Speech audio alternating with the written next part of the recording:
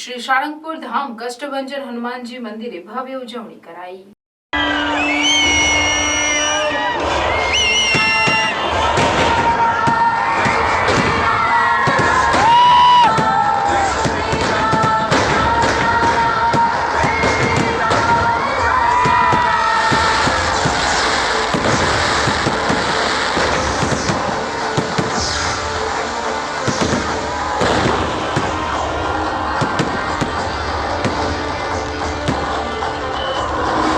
સાળંગપુર કષ્ટભંજન હનુમાનજી મંદિરે વહેલી સવારે મંગળા આરતી, શણગાર આરતી તેમજ દાદાને સુવર્ણના વાઘાનો શણગાર કરવામાં આવ્યો છે।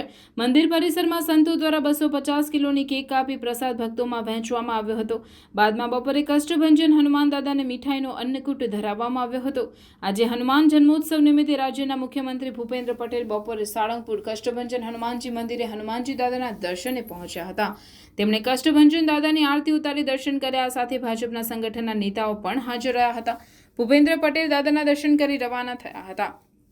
સાળંગપુરમાં હનુમાન જન્મોત્સવની વિશેષ ઉજવણી થઈ રહી છે। સાળંગપુરમાં હનુમાન જન્મોત્સવ નિમિત્તે કષ્ટભંજન દાદાને અલગ અલગ પ્રકારની મીઠાઈઓ અન્નકૂટ ધરાવવામાં આવ્યો હતો।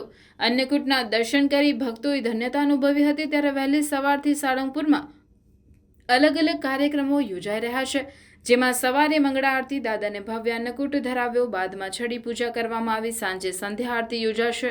બોટાદ જિલ્લાના બરવાડા તાલુકામાં આવેલ સુપ્રસિદ્ધ યાત્રાધામ સાળંગપુર કષ્ટભંજન હનુમાનજી મંદિરે આજે હનુમાન જન્મોત્સવના પાવન પર્વ નિમિત્તે અલગ અલગ ધાર્મિક કાર્યક્રમો યોજાયા હતા।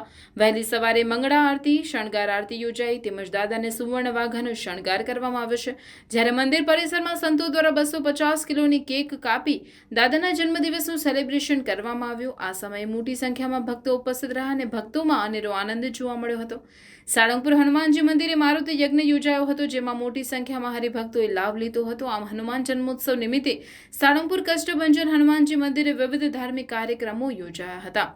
જ્યારે વહેલી સવારથી મોટી સંખ્યામાં ભક્તોએ દાદાના દિવ્ય શણગારના દર્શન કરી હનુમાન જન્મોત્સવની ઉજવણી કરી હતી।